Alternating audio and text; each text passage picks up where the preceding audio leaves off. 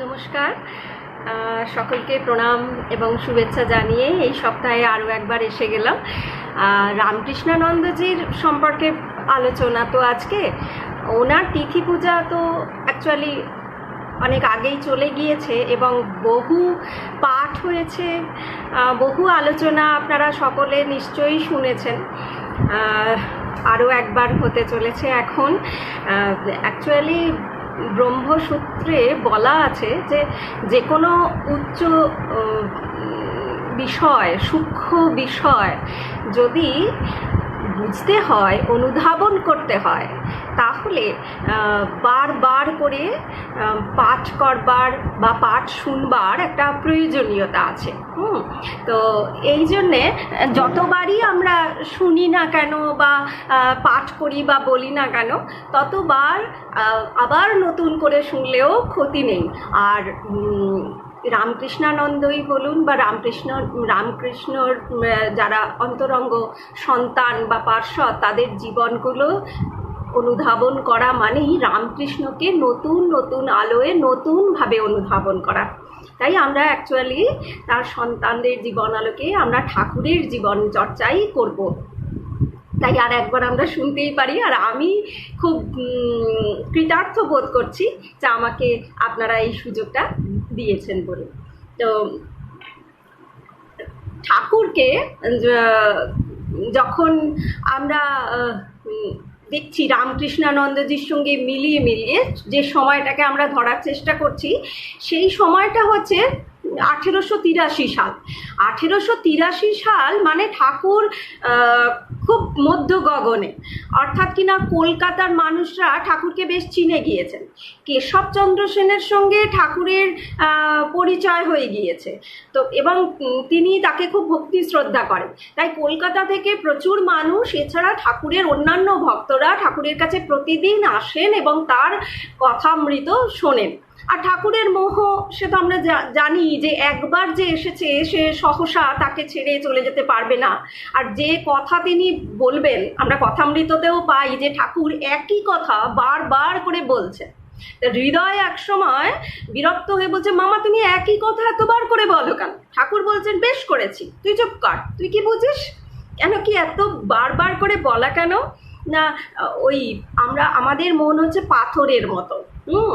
যত প্রচুর জলের স্রোত বয়ে চলেছে যুগ যুগান্ত ধরে, তবে হয়তো একটু দাগ কাটে। তাই ওই প্রত্যেকটি কথা তার মর্মার্থ যাতে আমাদের ভিতরে একেবারে গেঁথে বসে, তাই বারবার করে ঠাকুর বলতেন। তো সেই রকমই দক্ষিণেশ্বরে ভক্তমণ্ডলী যত আসে, তারা এসে ঠাকুরের কথা গোগ্রাসে শোনে। তো আমাদের এই আজকের যার কথা আমরা আলোচনা করব, শশী মহারাজ তার নাম। সে যখন ঠাকুরের কাছে পৌঁছিয়েছে তখন 20 বছর বয়স। তার স্বভাবটা যেন একটু অদ্ভুত। আমরা তাকে দেখছি দক্ষিণেশ্বরে অত ভক্তমণ্ডলী বসে ঠাকুরের কথা শুনছে, সে একটা কোণার দিকে বসে এক মনে কি যেন করছে। তার হুঁশ নেই ঠাকুর কি বলছে, তার হুঁশ নেই ঠাকুর কি করতে বলছেন, উপদেশেও কোনো হুঁশ নেই। তিনি শুধু আসেন আর একটা কোণায় বসে একটা কিছু করে। ঠাকুর কয়েকদিন দেখেছে, দেখে তাকে বলছে, শশী তুই কি করছিস? তা সে বলছে যে আমি লেখাপড়া করছি। কি পড়ছিস? না, আমি পার্সি ভাষা শিখবো। তাই আমি বই টই কিনে এনে পড়াশোনা করছি। কি করবি, কেন পার্সি ভাষা শিখবি?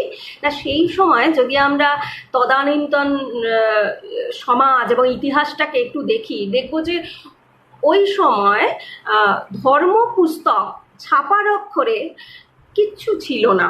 বিশেষত ভারতবর্ষের যে সনাতন ধর্ম, এগুলোর কোনো একটিও ছাপার অক্ষরে বই ছিল না, একমাত্র বাইবেল ছিল। কারণ সাহেবরা খুব অ্যাডভান্স, তাদের আর একটা মিশন ছিল যে আমরা ছড়িয়ে দেব আমাদের খ্রিস্টান ধর্মটাকে। সেই কারণে তারা এই রকমটা করতো। কিন্তু এই কারণে এই বাইবেলটাকে আমরা পেতাম সেখানে, আর কিচ্ছু ছিল না।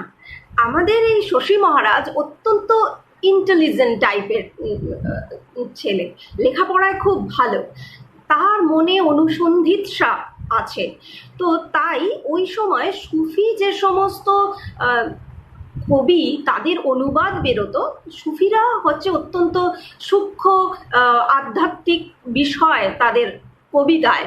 তো সে চাইছে যে আমি এই সমস্ত শিখে অরিজিনাল আকর গ্রন্থটা পড়ব, তাই পার্সি ভাষা শিক্ষা করতে চাইছে, নিজে নিজেই করতে চাইছে।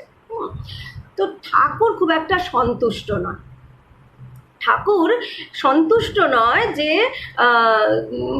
সে এই সমস্ত পার্সি ভাষা শিখুক বা অন্য কিছু করুক, তিনি চাইছেন যে তার কথা শুনুক। গীতায় অর্জুন একটা সময় শ্রীকৃষ্ণকে একটা প্রশ্ন করছে যে আপনি তো বলেন যে প্রত্যেকের উচিত যে ভগবানকে অনন্য মন হয়ে চিন্তা করা, তার কথা, তার তপস্যা করা, তার কথা চিন্তা করতে হবে তাকে লাভ করবার জন্য, এটা আপনি বলেন। এবং সেজন্য সর্বস্ব ত্যাগ করে কোনো তপস্বী বা সাধক যদি আপনার তপস্যা করে, কিন্তু সে যদি মারা যাবার আগে ভগবান লাভ না করতে পারে,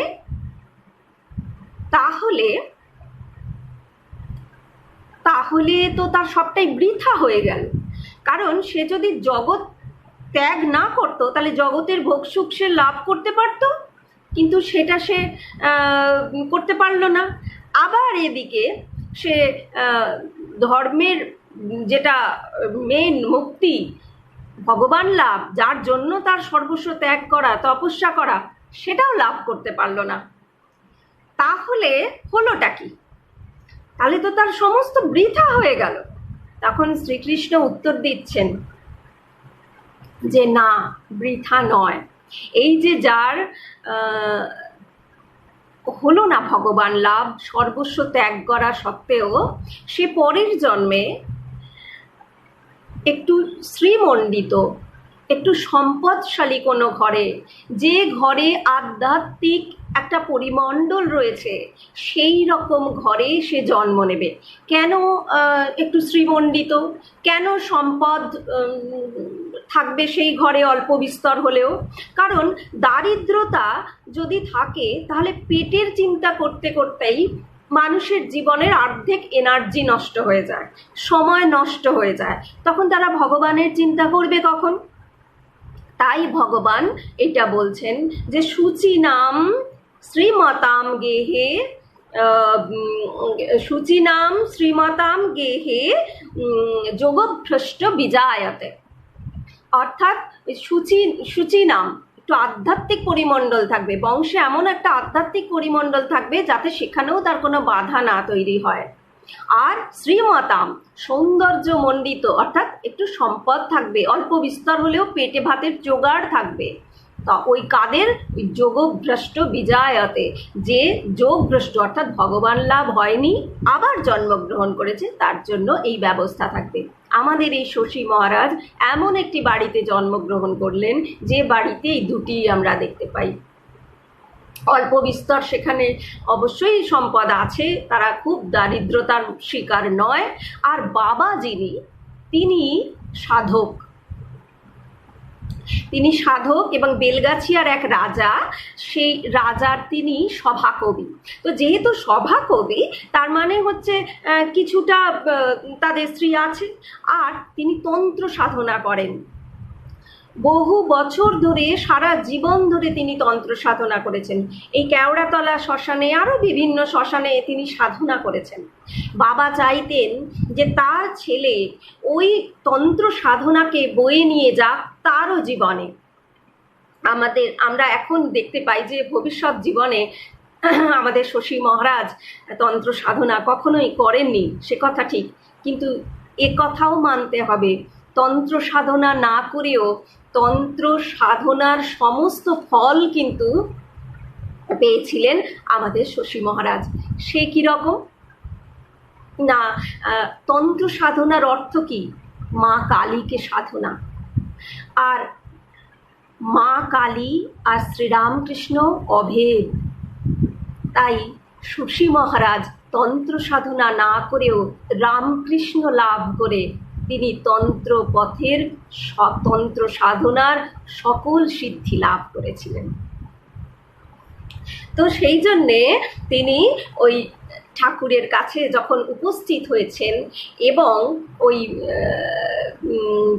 পার্সিয়ান ল্যাঙ্গুয়েজ শিখবার জন্য চেষ্টা করছেন, তো ওই ঠাকুর বলছেন যে তুমি তোমার এনার্জি, তোমার সময় তুমি বৃথা নষ্ট করে দিচ্ছ। তুমি যোগভ্রষ্ট বিজায়াতে, তুমি জন্মগ্রহণ করেছো ভগবান লাভ করনি বলে, তো তোমার উদ্দেশ্য তো ভগবান লাভ করা, তো তুমি এই এই সমস্ত শিক্ষা লাভ করে তোমার কিন্তু ভগবান লাভ হবে না। এই সমস্ত শিক্ষা মানে মানে এই সমস্ত আমরা জগতে যে শিক্ষা পাই সেই শিক্ষা, সেই যে কলেজে পড়ি, ডিগ্রি লাভ করি, ভুরি ভুরি মার্কশিট ভরা আমার নাম্বার থাকুক, যতই উচ্চ শিক্ষা আমি লাভ করি না কেন, সেই উচ্চ শিক্ষা কিন্তু আমাকে, সেগুলো সব অপরাবিদ্যা, সেগুলোই কিন্তু শাস্ত্র বলছে অপরাবিদ্যা, সেগুলোতে ভগবান লাভ হবে না। আমি বুঝতে পারবো না যে আমার ভিতরে দেবত্ব আছে। ঠাকুর এইটি শশী মহারাজকে বোঝাতে চাইছেন যে ওই যে বিদ্যা, ওই বিদ্যায় তোমার ভগবান লাভ হবে না। পরাবিদ্যা কোনটা? যাতে তুমি বুঝতে পারবে তোমার মধ্যে দেবতা আছে, তুমি দেবতা, তুমি ভগবান, অথবা এই শরীরেই তুমি ভগবান লাভ করতে পারো, তোমার হৃদয়ের মধ্যে ভগবান আছে, এইটা তোমায় চিনিয়ে দেবে যে বিদ্যা, সেইটি হচ্ছে আসল বিদ্যা। এই যে ইউনিভার্সিটিতে বা উচ্চশিক্ষার জন্য ছাত্ররা যায়, ছাত্ররা গিয়ে পড়াশোনা করে, টিচাররা দলে দলে এসে তাদেরকে শিক্ষা দেয়, তারা মার্কস পেয়ে তারা জীবনে কত কিছু করছে, হ্যাঁ, কিন্তু তাদের কি ওই গুরু তাদের শেখাতে পারছে না যে ভগবান লাভ কি করে করতে হয়, বা তোমার মধ্যে ভগবান আছে, তুমি অমৃতের সন্তান, শেখাতে পারছে না। আর এই যে গুরুকে তারা চিনছেও না, তাই তাদের কিছু হচ্ছেই না, সব নিরর্থক, সব বৃথা হয়ে যাচ্ছে। ঠাকুর এইটি বলতে চাইছে। কখন হবে, কোন গুরু পারবে? যে কোনো একটা গুরুকে ধরে রাখতে হবে, স্টিক করে থাকতে হবে, যে কোনো একটি পথকে স্টিক করে থাকতে হবে। ইভেন একটি কথা, গুরুর একটি কথাকেও যদি ধরে থাকা যায়, সারা জীবন ধরে প্রয়োগ করা যায় নিজের জীবনে, তাহলেও হবে। নিজের জীবনে প্রয়োগ কখন করব? গুরুর একটি কথাও, যখন গুরুর প্রতি সম্পূর্ণ ফেইথ থাকবে, সম্পূর্ণ বিশ্বাস থাকবে, তখন আমি গুরুকে সেই জায়গায় আমি বসাবো। তা না হলে আমি বসাতে পারবো না। তাই বলা হয় তৎবৃদ্ধি প্রণিপাতেন পরিপ্রশ্নেন সেবয়া। কিভাবে সেটা হবে, কেমন করে সেটা আমি গুরুর থেকে পাবো? এইটা হচ্ছে গুরুর থেকে ওই সব কিছু শেখার, পরাবিদ্যা শেখার চাবিকাঠি। যে কোনো বিদ্যা শেখারই এটাই চাবিকাঠি। কি না, প্রণিপাতেন, গুরুর পায়ে নিজেকে সমর্পণ করে দাও, গুরুর পায়ে নিজেকে সমর্পণ করে দাও। আর কি করতে হবে? তার সেবা করতে হবে, নিজেকে সম্পূর্ণ শরণাগতি যাকে বলে, সম্পূর্ণ নির্ভর তার উপরে, সম্পূর্ণ বিশ্বাস তার উপরে। তিনি যা বলবেন তাই। গুরুর প্রতিটা কথা আমাদের কাছে একদম অমৃতের মতো, বেদ বাক্য। যা বলবেন সেটাই আমি শুনবো। এইভাবে যদি তার সেবা করি, এই ভক্তিতে যদি আমি সেবা করি, তবে তিনি সন্তুষ্ট হবেন। সেই সন্তুষ্ট গুরু, সুখী গুরুকে সেবা করে সন্তুষ্ট করার পর যদি আমি কোনো প্রশ্ন করি, তখন সেই প্রশ্নের উত্তর পাবো। গুরু পথ দেখাবেন। এইটি সার্থক হয়েছিল শশী মহারাজের জীবনে। তাই ঠাকুর তাকে বলছেন, ওই অপরাবিদ্যা, ওই ল্যাঙ্গুয়েজ তুমি শিখবে, বই পড়বে, তারপরে তুমি আধ্যাত্মিকতা খুঁজবে, ওসবে তুমি হারিয়ে যাবে। তোমার ভিতর যে এতটুকু ভক্তি আছে না, ওই ভক্তিও তোমার জীবন থেকে হারিয়ে যাবে। তুমি বৃথা সময় নষ্ট করছো, বৃথা শক্তি নষ্ট করছো। একটি কথা, আজকে যদি কোনো টিচার কাউকে বলে তুমি এটা করো না, আমাদের স্টুডেন্টরা সেইটি বারবার করবে। আর বাবা মা যদি বলে তো সেটা শুনবার কোনো প্রশ্নই নেই, এরকমই আমরা দেখে থাকি। শ্রীরামকৃষ্ণের শক্তি কিছুদিন মাত্র আলাপ হয়েছে, হয়তো 1 বছর, ঠিক সময় নির্দিষ্ট করে বলা নেই, হয়তো 1 বছর, 1.5 বছর, ম্যাক্সিমাম 2 বছর। 2 বছর আলাপ হয়েছে, 2 বছর আসছে ছেলেটি। একটা 20 বছরের ছেলে এসেছিল, এখন হয়তো 22 বছরের ছেলে হাঁটলে। একটা ইয়াং ব্লাড তার মধ্যে কত বিচার বুদ্ধি, কত কিছু আছে। ঠাকুর তাকে একটি কথা বললেন, ওগুলো তুমি বৃথা সময় নষ্ট করছো, ওগুলো তুমি করো না। একটা কথা, 20 টাকা দিয়ে বই কিনেছিলেন শিখবার জন্য, সেই সময় 20 টাকা অনেক টাকা, ছুঁড়ে ফেলে দিলেন সেই বইপত্র গঙ্গার জলে চিরকালের মতো। তারপর ঠাকুর 1883 সালে তিনি এসেছিলেন, হয়তো 2 বছর মাথায় আমরা ধরে নিচ্ছি যে এই ঘটনাটা ঘটেছিল। 86 সালে ঠাকুর চলে গেছেন। এই সব মিলিয়ে 11 বছর ঠাকুর চলে গেছেন শশী মহারাজের কাছ থেকে, ঠাকুর কোনোদিনই যাননি। মাকে বলেছিলেন ঠাকুর যে তুমি কাঁদছো কেন, আমি তো এ ঘর থেকে ও ঘর যাচ্ছি। শশী মহারাজ ওই ঠাকুরকে এ ঘর থেকে ও ঘরে যেতে দেননি, ওই ঘরেই আটকে রেখেছিলেন। তাই তিনি ঠাকুর তার কাছে জীবন্ত ছিল, চলে যাবার মানে আমাদের কাছে চলে যাওয়া, কিন্তু ঠাকুর তার কাছ থেকে যায়নি। এবং যতদিন ছিলেন ততদিন ঠাকুরকে কিন্তু এই শশী মহারাজের সেবাই ধরে রেখেছিল, এত সেবা করেছেন। সে কথায় পরে আসছি। তো সেই তারপরেও ঠাকুর চলে যাবার পরেও ঠাকুরের যে দেহাবশেষ, সেই দেহাবশেষের যে তিনি সেবা করেছেন, তিনি পূজা কথাটা পছন্দ করতেন না এবং কখনো বলতেন না, সবাইকে বারণ করতেন, বলতেন ঠাকুরের পূজা আবার কি, ঠাকুরের সেবা। ঠাকুর কি মূর্তি, ঠাকুর কি জড়বস্তু? না, ঠাকুর তো লিভিং, ঠাকুর তো জীবন্ত। তাই সেবা করতেন। 11 বছর ম্যাড্রাস যাবার আগে তিনি এখানে ওই 1883 থেকে যতদিন পর্যন্ত ম্যাড্রাস যাননি, 11 বছর তিনি আর কোনো দিন কোনো বই খুলে মানে পড়েননি। পড়া দূরের কথা, কোনোদিন স্পর্শ পর্যন্ত করেননি কোনো বইপত্র।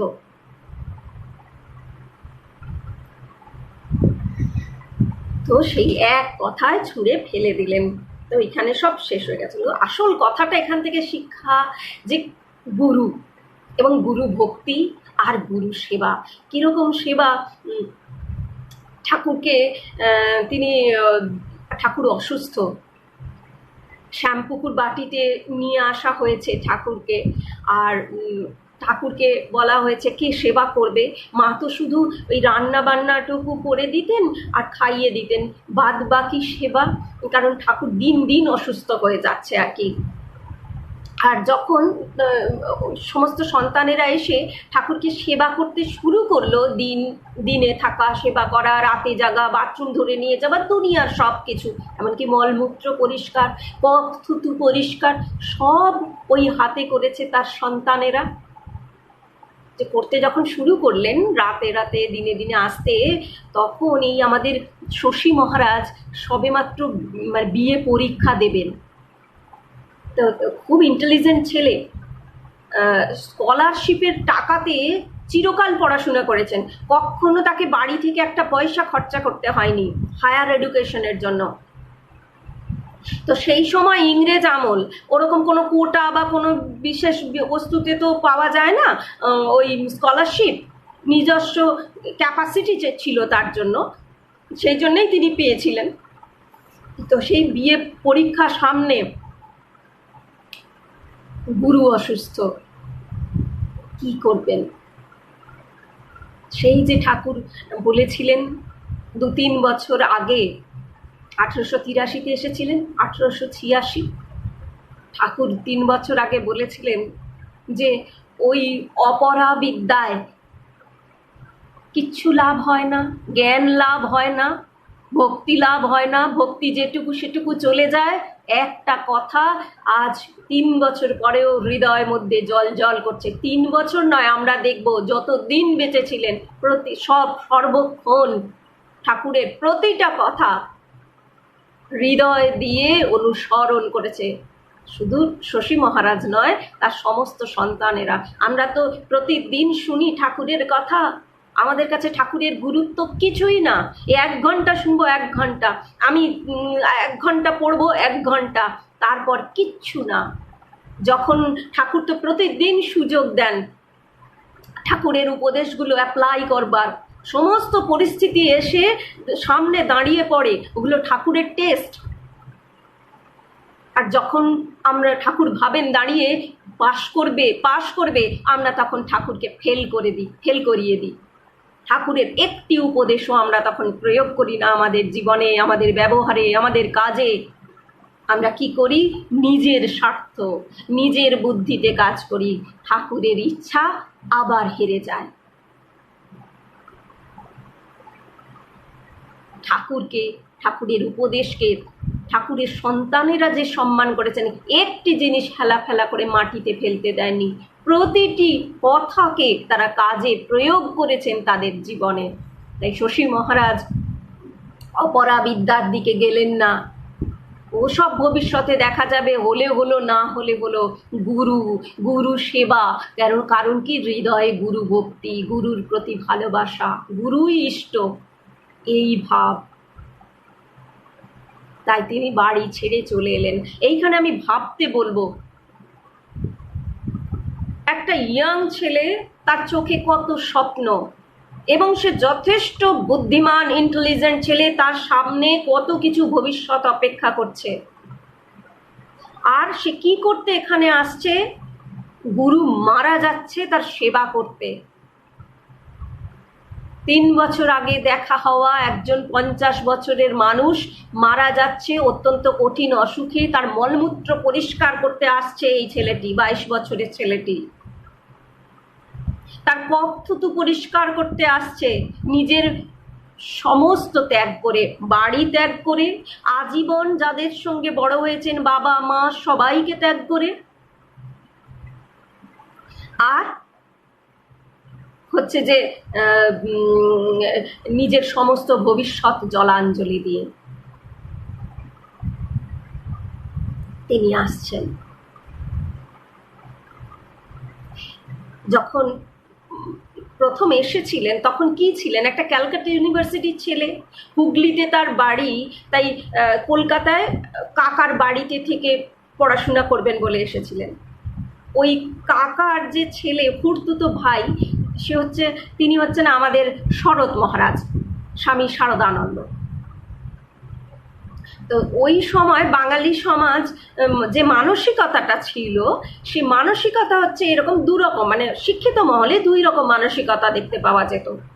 একরকম হচ্ছে যে আমরা ধন চাই, মান চাই, এবং ইংরেজ আমল তাদেরকে প্লিজড করে আমরা কিছু খেতাব টেতাব যদি পাই, সেই আমাদের জীবনের সার্থকতা, এই উদ্দেশ্যে তারা জীবন কাটাতো। এই একটা মানসিকতা। আর একটা মানসিকতা ছিল এই রকম যে একটু দার্শনিক কথাবার্তা আলোচনা, দর্শন চিন্তা করা, অথবা হচ্ছে নান্দনিক চিন্তা করা, অর্থাৎ কালচারাল মাইন্ডেড মানুষজন। আর কিছু মানুষ ছিল যারা স্পিরিচুয়াল, আধ্যাত্মিক কথাবার্তা সেগুলো আলোচনা করতো অল্প সংখ্যক কিছু বসে বসে।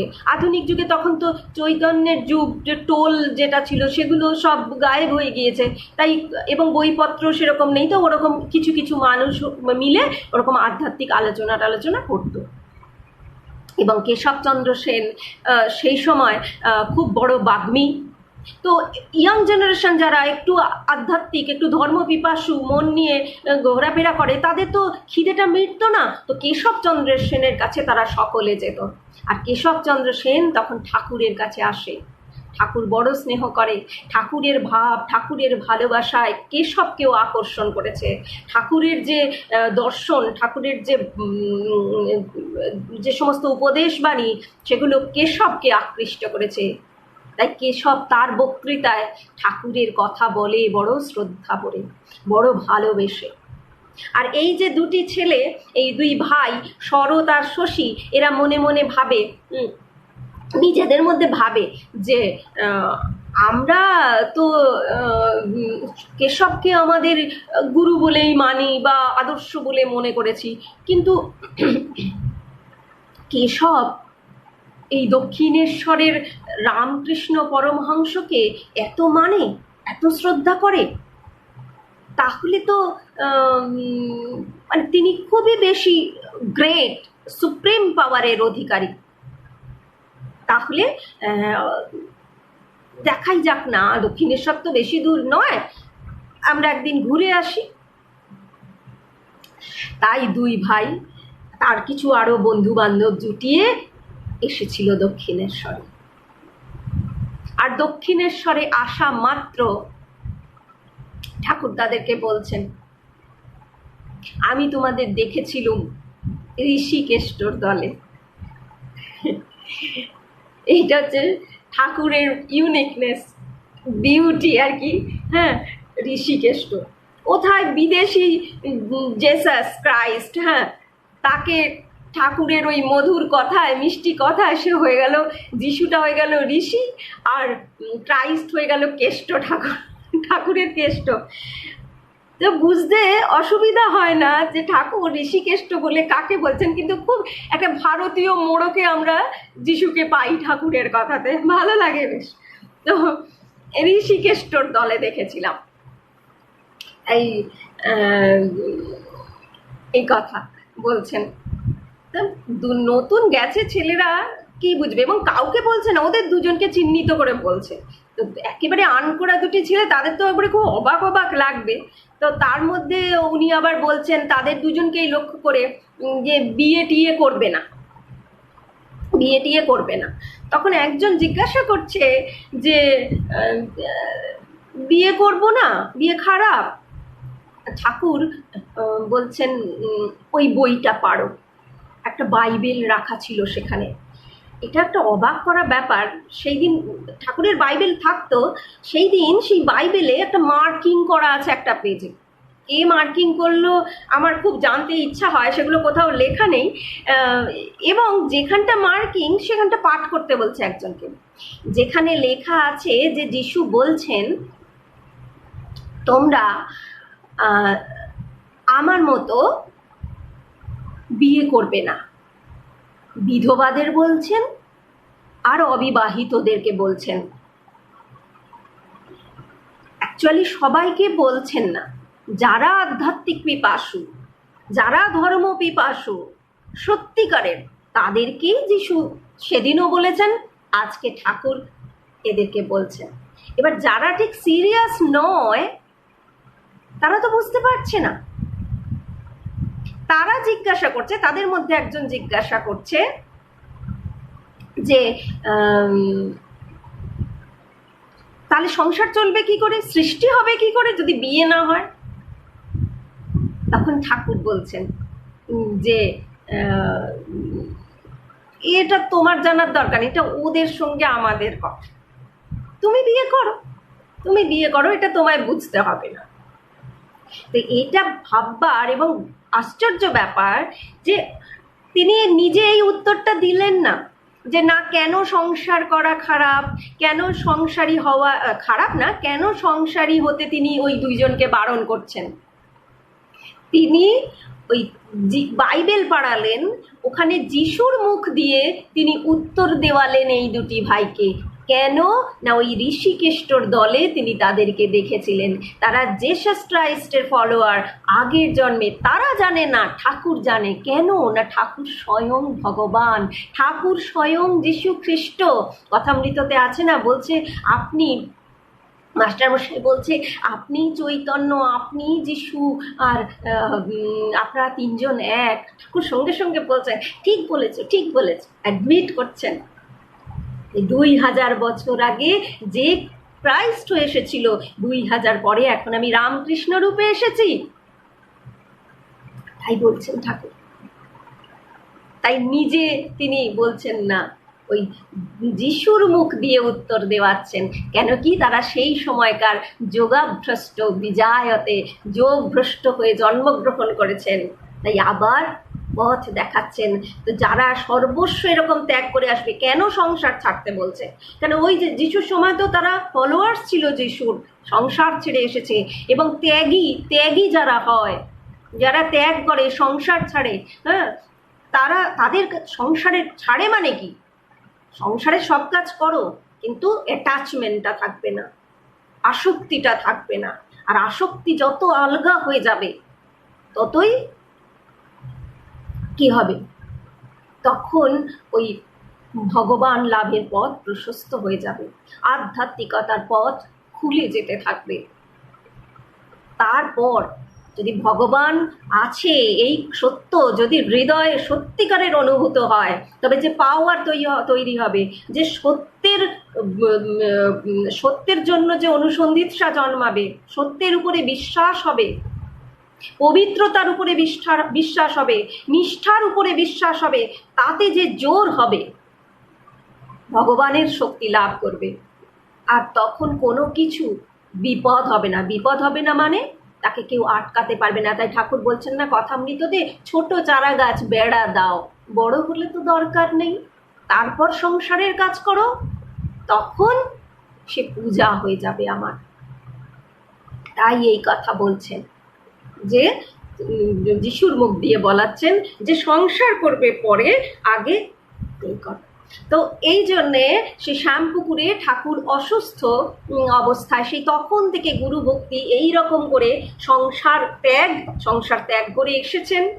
এবং গুরু ভক্তি, গুরু সেবা হৃদয়ে গেঁথে গেছে। তাই সব ছেড়ে দিয়ে তিনি এই শ্যামপুকুর বাটিতে চলে এসেছেন। হলেই বা 3 বছরের দেখা, জন্মের সম্পর্ক স্বয়ং ভগবানের তপস্যা করে চলেছে। আমরা দেখছি 3 বছর 2 বছর, ব্যাপারটা তো সেটা নয়, এ তো জন্মের ব্যাপার। তাই তিনি দ্বিতীয়বার চিন্তা করেননি, চলে এসেছে। সবাই উৎকণ্ঠিত, সব তো আমাদের মতো, সবাই কি আর ওই 16 জন সন্তানের মতো না? চোখ নেই, এমনকি পড়শিরা পর্যন্ত দুশ্চিন্তাগ্রস্ত হয়েছে, বলছে তুমি গুরু সেবা করতে যাও না, পরীক্ষাটা দিয়ে যাও, পরীক্ষাটা কমপ্লিট করে যাও।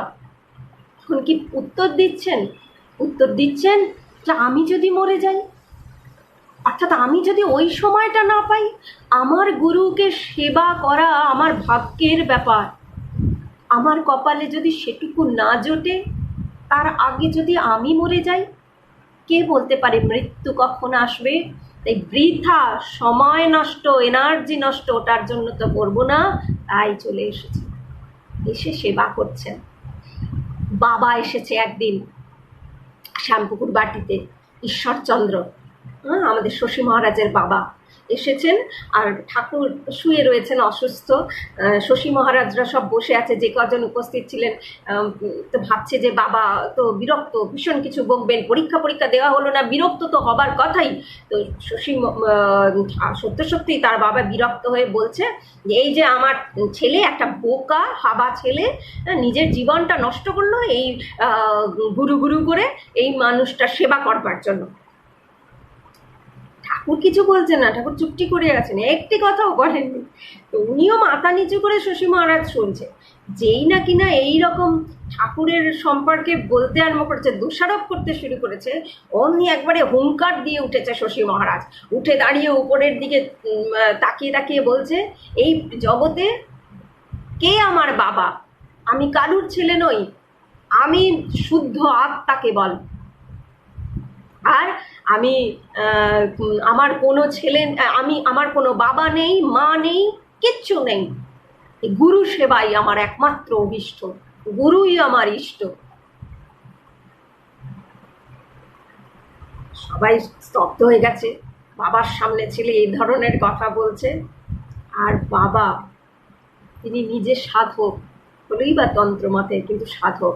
তিনি টেস্ট করতে এসেছিলেন যে আমার ছেলে যে সত্যই ভগবান লাভের জন্য উৎকণ্ঠিত, নাকি এ তার মনের ভ্রম মাত্র, দুদিনের খেলা, ভাবের ঘরে চুরি করছে এবং সেজন্য ভবিষ্যৎ নষ্ট করছে। তার কি সত্যই গুরু ভক্তি আছে? কারণ তিনি জানেন সাধন পথে গুরু ভক্তির কি গুরুত্ব। যখন দেখছেন সত্য সত্যি পিওর লাভ, এত খাঁটি ভালোবাসা গুরুর জন্য, গুরু সেবার জন্য তার এই রকম মন, তখন তিনি প্রশংসা করছেন। পরীক্ষায় পাশ করে গেলেন। তো ঠাকুর যখন চলে যাবেন আর কি, তার 2-3 দিন আগে ভীষণ সেবা করছেন আর কি। এমন সেবা করতেন তিনি নিজেকে ভুলে গিয়েছিলেন। দাঁত ব্রাশ করার কথা ভুলে যেতেন, খাবার কথা ভুলে যেতেন, সবকিছু। ঠাকুর বলতেন, ওরে যা, তুই কিছু খা, দুটি মুখে দে। না না, আমি এটা করে। ঠাকুরের ঠিক ঠিক যখন যেটি করবার, শশী মহারাজ প্রত্যেকটা কাজ সেই সময় করতেন। ঠাকুরের একটা ছোট্ট অনুরোধ তিনি একটা ছোট উইশ তিনি ফেলতে পারতেন না। জামরুল খাবেন বলেছেন, সময় নয় জামরুলের, খবর খুঁজে খুঁজে খবর পেয়েছেন অমুকের বাগানে জামরুল, ছুটে গিয়ে সেখান থেকে নিয়ে এসেছেন। এত ভালোবাসা। ঠাকুর বরফ খাবে, চলো আগের কথা, বরফ খাবে, খেতে ইচ্ছা হয়েছে, গামছায় বেঁধে কাঁধে করে বরফ নিয়ে এসছে, এমন ভাবে নিয়ে এসছে সে বরফ গলেনি, তখন তার ফ্রিজ ছিল না। ঠাকুর বলছেন যে তুই যা, তুই নিজের একটু ব্যবস্থা কর না। পদে পদে ঠাকুরের যখন যা বলেছে সেইটি করার জন্য সবসময় খারাপ। ঠাকুর বলছেন যে তোরা এত সেবা করছিস, এত ভালোবাসছিস আমাকে, আমি চাইছি, আমার মাঝে মাঝে মনে হয় সেখানে ঘুরে আসি, মানে শরীর ছেড়ে চলে যাই, কিন্তু আটকে রেখেছে কি জানিস, এই তোদের সেবা। সেবা মানে কি? সেবা আসছে কোথা থেকে? ভালোবাসা থেকে। এত ভালোবাসার জন্য আমি যেতে পারছি। অনেক পরে ভূতেশানন্দজি, ভরত মহারাজ তার সেবক ছিলেন যখন ম্যাড্রাস থেকে, ভরত মহারাজ বলছি, ভূতেশানন্দজি, তিনি, তার 7-8 জন সেবক ছিল। সেই 7-8 জন সেবক এত সেবা করতো। তা এক মহারাজ এসে জিজ্ঞাসা করছেন যে তোমরা এই 12-13 বছর ধরে ভূতেশানন্দজির সেবা করছো, এই মহারাজের সম্পর্কে তোমাদের কোনো অ্যালিগেশন নেই? তারা এক বাক্যে বলছে হ্যাঁ হ্যাঁ, খুব মস্ত বড় অ্যালিগেশন আছে। বলছে কি অ্যালিগেশন? এই এত বছরেও উনি একবারও আমাদের উপর রাগ করলেন না। কেন রাগ করেননি? এমনি মহারাজকে আর রাগ করবেন? কিন্তু কখনোই সেটা হয়ে ওঠেনি, কারণ তারা এত সেবা করতো। তাই ভূতেশানন্দজি তাদেরকে বলতেন যে আমি কতবার চেয়েছি চলে যাব, কিন্তু তোমাদের সেবা, তোমাদের ভালোবাসা আমাকে ধরে রেখেছে। এক ট্র্যাডিশন চলছে। তা সেই যখন ঠাকুর চলে যাবে তার 2-3 দিন আগে রামকৃষ্ণানন্দজি শশী মহারাজের কোলের উপরে মাথা রেখেই প্রায় ঠাকুর অচেতন হয়ে পড়ে থাকতেন। এবার ঠাকুরের তো কখনো কখনো সমাধি হয়ে যেত। আমরা দেখেছি যখন ঠাকুরের সমাধি হয় তার একটা ছবি আছে, যে দুটো বোধহয় ছবি, কি উদ্ভাসিত মুখ, কি আনন্দময় মুখ, কারণ তিনি তখন ব্রহ্মানন্দে লীন।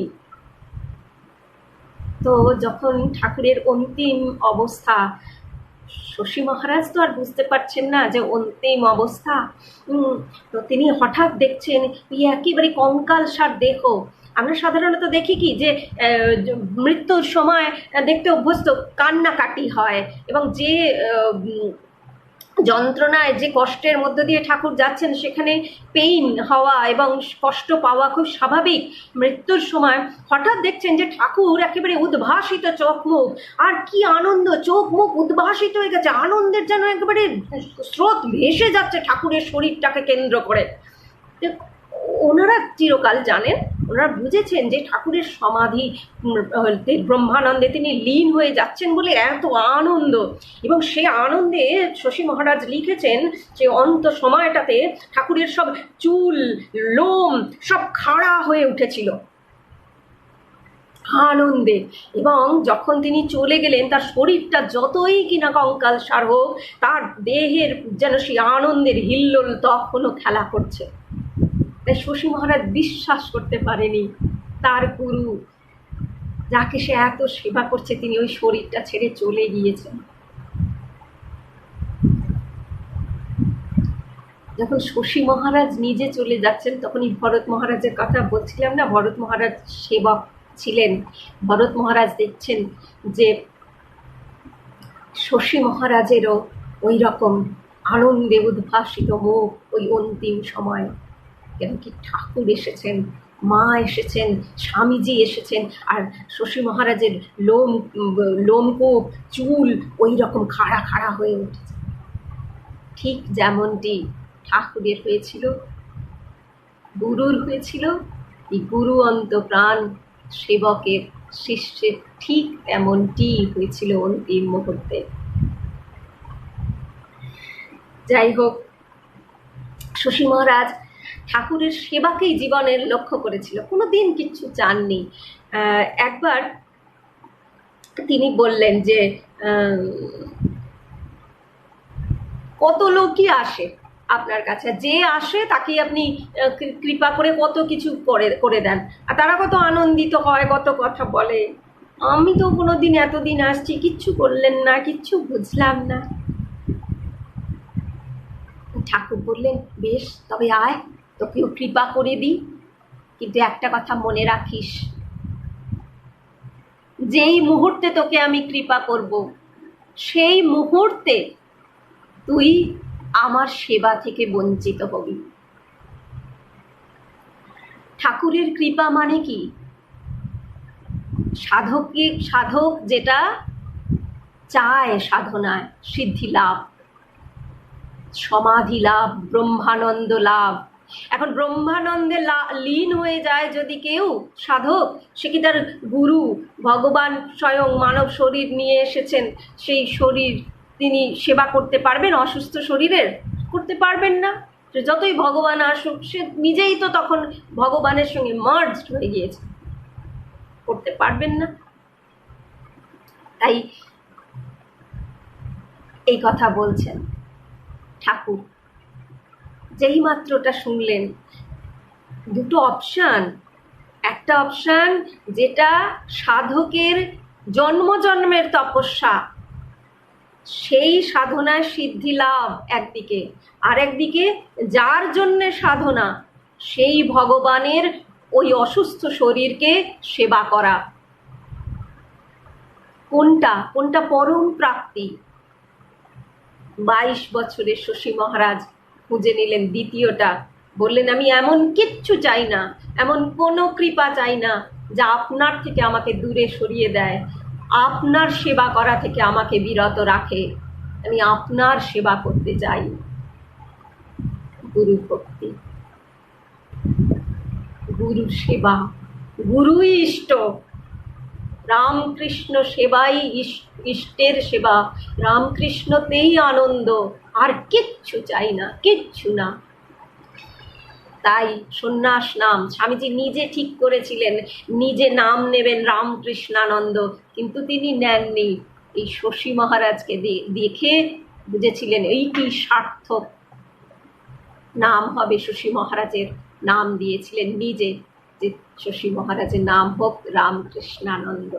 রামকৃষ্ণতেই আনন্দ, আর কিচ্ছু চাই না, কোনো ব্রহ্মানন্দ পরমানন্দ কিচ্ছু চাই না।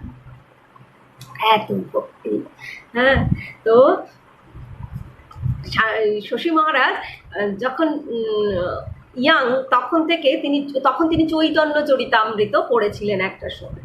সেই সময় পড়ে তার হঠাৎ মনে হয়েছে যে আমি আর আমিষ কোনোদিনও খাবো না। বাঙালির ছেলে কোনোদিন আমিষ খাবে না, তিনি নিরামিষ খেয়ে থাকবেন। আর ঠাকুর বিভিন্ন জনকে বিভিন্ন কথা বললেও তাকে উৎসাহ দিতেন, ইন্ডালজেন্স দিতেন, হ্যাঁ হ্যাঁ তুমি খেও না, কখনো খেও না। তো এখন কেন কি ঠাকুরের প্রত্যেকটা জিনিসের পিছনে কারণ আছে, এখন আমরা দেখলে বুঝতে পারি পিছনের দিকে তাকিয়ে। স্বামীজি যখন ফিরলেন বিদেশ থেকে, তখন সবাই তাকে বলল, তার ম্যাড্রাসের ভক্তরা, যে আপনি কোনো একজন গুরু ভাইকে এখানে পাঠান, আমরা আশ্রম করব।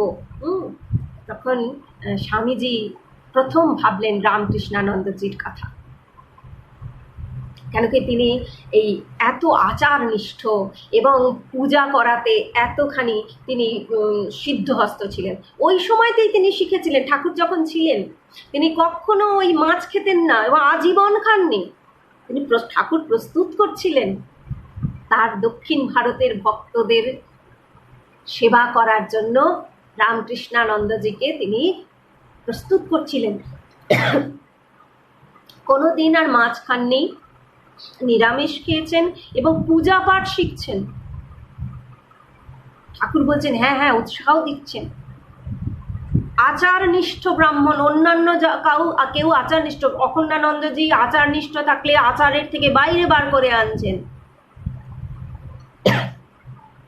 আর শশী মহারাজ আচারনিষ্ঠ হতে চাইছে, তখন ঠাকুর তাকে উৎসাহ দিচ্ছেন, তুমি আচারনিষ্ঠ হও। কেন কি এমন দেশে গিয়ে তাকে সেবা করতে হবে যেখানে তারা সব ভীষণ গোঁড়া।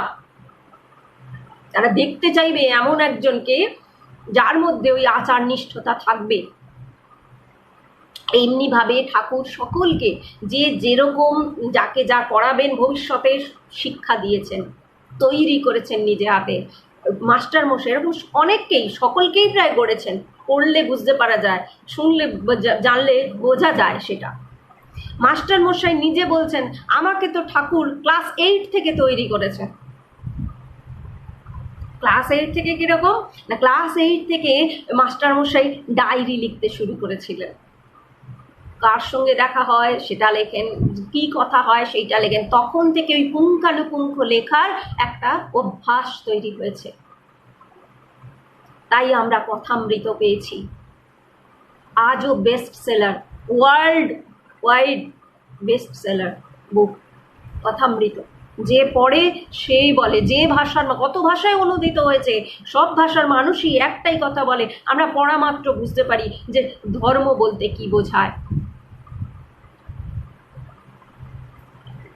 তাই ওই বলছেন মাস্টার মশাই যে পরবর্তীকালে এই কাজ করাবেন বলে ঠাকুর আমাকে ক্লাস 8 থেকে তৈরি করেছেন।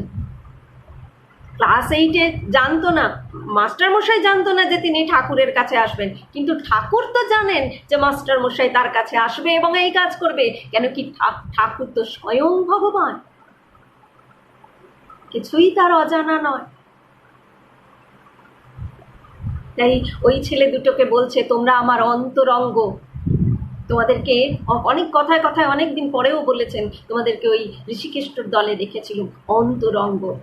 ঠাকুরের যারা ভক্ত হয় না, যারা ঠাকুরের কাছে আসে যা কিছু, হ্যাঁ, সেই অন্তরঙ্গরা ঠাকুরের হয়তো মানে ভগবান অবতার হয়ে যখন আসে তখন সাধারণ মানুষ তো বুঝতে পারে না, তখন তাদেরকে হয়তো তারা সাহায্য করে। কিন্তু ঠাকুরের কাজ, অবতারের কাজ করে তার অন্তরঙ্গরা। তিনি তার নিজের কাজ করেন, ওই সাধারণ মানুষকে চোখে আঙুল দিয়ে বোঝান যে উনি অবতার, উনি ভগবান। রাম যখন এসেছে, রাম অবতারে এসেছে, তখন হনুমান এসেছে। এটাই লীলা পোষ্টাই যেটাকে আমরা বলি, সেটাই আমরা বলি না, ঠাকুর নিজেই বলেছেন লীলা পোষ্টাই। লীলা পোষ্টাই করতে কারা করে? ওই যোগভ্রষ্ট বিজায়াতে যারা যারা ভগবান লাভের জন্য দ্বিতীয়বার জন্মগ্রহণ করে আবার তপস্যা করছে, সে তারা আসে, ঠাকুর তাদেরকে অন্তরঙ্গ বলেন। তাই তিনি তাদেরকে দিয়ে কাজ করাবেন। তার শশী মহারাজ একদিন কি ওরকম ঠাকুর তো চিনেছেন তাদেরকে, কিন্তু শুধু চিনিয়ে দিয়ে তিনি থেমে যাননি। তিনি নিজে চিনে গিয়ে থেমে যাননি, তিনি চিনিয়েও দিয়েছেন। একদিনকে শশী মহারাজ, ইয়াং ছেলে তো, কিছু একটা খুঁজছে, আর দক্ষিণেশ্বরে ঠাকুর বসে আছে ছোট খাটে, তিনি দেখছেন। শশী মহারাজ ওই দরজা থেকে এলেন, কী সব যেন খুঁজছেন ব্যস্ত সমস্ত হয়ে, আবার অন্য একটা দরজা দিয়ে খুঁজতে খুঁজতে বেরিয়ে যাচ্ছেন, ঠাকুরের দিকে তাকাচ্ছেই না। তখন ঠাকুর বলছেন শশী শশী শশী তুই কি খুঁজছিস? তো শশী কিছু উত্তর দেবার আগেই বলছেন, তুই যা খুঁজছিস, নিজের দিকে আঙুল দিয়ে বলছেন, সে এই সে এই সে এই। জন্ম জন্ম শুধু ওই দিনের কথা নয়, ওই জীবনের কথা নয়, জন্ম জন্ম ধরে তুই যাকে খুঁজছিস, যার তপস্যা করছিস, এই যে তুই পৌঁছে গেছিস আমার কাছে, আমি সেই। ঠাকুর এইটি করছে। তো না, যেটা বলছিলাম যে একদিন শশী মহারাজ কিছুই তো কখনো চাননি, একবার চেয়েছিলেন যে এক টুকরো আমাকে জমি দেবে ঠাকুর। কেন এক টুকরো জমি চাই তার? না, তিনি ফুল ফোটাবেন। ফুল কেন ফোটাবেন? আমি ফুল খুঁজি কোথাও পাই না, তো তোমায় আমি পূজা করব কেমন করে ঠাকুর, তাই তুমি আমাকে একটা জমি দাও। বরানগর মঠ, সে তো যখন ঠাকুর চলে গেলেন আর সমস্ত ওই ছেলেরা বাড়ি ছেড়ে ছেড়ে আসতে লাগলো, আর স্বামীজি ঘরে গিয়ে তাদের তাড়া দিয়ে দিয়ে আনতে লাগলেন, কেমন লেখাপড়া করবি, চল চল, ঠাকুর বলে গেছেন। তো আনতে লাগলেন, থাকার তো একটা জায়গা চাই। কি অবস্থা সেটা বোঝা যায় সমস্ত সেই ঘটনা ইতিহাসগুলো পড়লে। ঠাকুর তখন সুরেন্দ্রকে দেখা দিয়ে বলছে, তুই এখানে ঘুমোচ্ছিস, আমার ছেলেদের কি হবে? তখন ওই 10 টাকা দিয়ে বরানগরের ভুতুড়ে বাড়িটাকে ভাড়া করা হয়েছিল। আমি অবাক হয়ে যাই, সেই সময় এটা ভুতুড়ে ভেঙে পড়া বাড়িটার যা বর্ণনা, সে 10 টাকা ভাড়া নিয়েছে, কিরকম লোক বাবা জানি না। যাই হোক, 10 টাকা ভাড়া। তো স্বামীজির স্পিরিট তো ভূত টুতকে ছাড়িয়ে চলে যায়। তো যখন সবাই বলছে এই বাড়িতে থাকবো, এ তো ভূতের বাড়ি, তো স্বামীজি বলছে ভূত ভূত আমাদের কি করবে, আমরা সব দানব, তা আমাদের কিছু করতে পারবে না। তো সেই বাড়িতে খাওয়া নেই, দাওয়া নেই, ছেলেরা দিনের পর দিন শুধু ধ্যান করছে,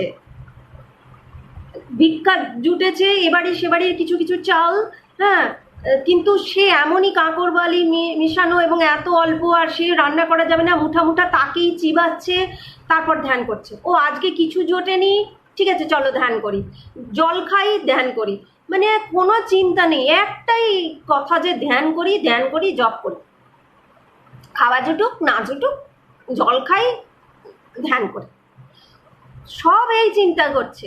শশী মহারাজ কিন্তু এই চিন্তা করছে না, জুটুক নাই জুটুক, ঠাকুরের তো জুটতে হবে, ঠাকুর তার কাছে লিভিং, ঠাকুরকে খেতে দিতে হবে। অসুস্থ অবস্থায় প্রতিদিন খাইয়েছেন, এখন কি করে তাকে অভুক্ত রাখেন?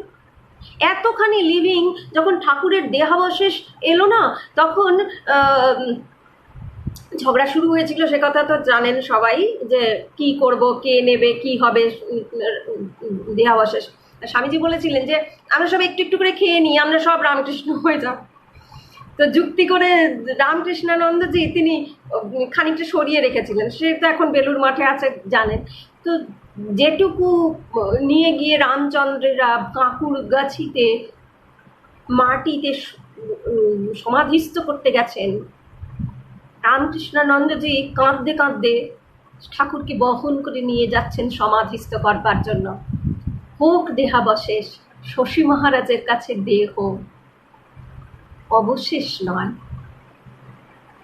সেখানে নিয়ে গিয়ে যখন ওই কলস মাটির মধ্যে রাখছে, আর সবাই মাটি দিচ্ছে ওই কলসের উপরে, হঠাৎ ওকিয়ে উঠেছে শশী মহারাজ, ডুকরে কেঁদে উঠেছে, একটু আস্তে ফেলো, ঠাকুরের যে আমার বড় লাগছে, এতখানি জীবন্ত ঠাকুর স্বয়ং শুয়েছেন, তিনি তো অবশেষ নন, তিনি ভস্ম মাত্র নন। শশী মহারাজের কাছে এতখানি ফিলিংস ছিল, এতখানি আবেগ ছিল সেই কথার মধ্যে, যেন সত্য সত্যই ঠাকুর স্বয়ং, আর তার লাগছে শরীরে, তার পুত শরীরে লাগছে, সবাই কেঁদে ফেলেছে।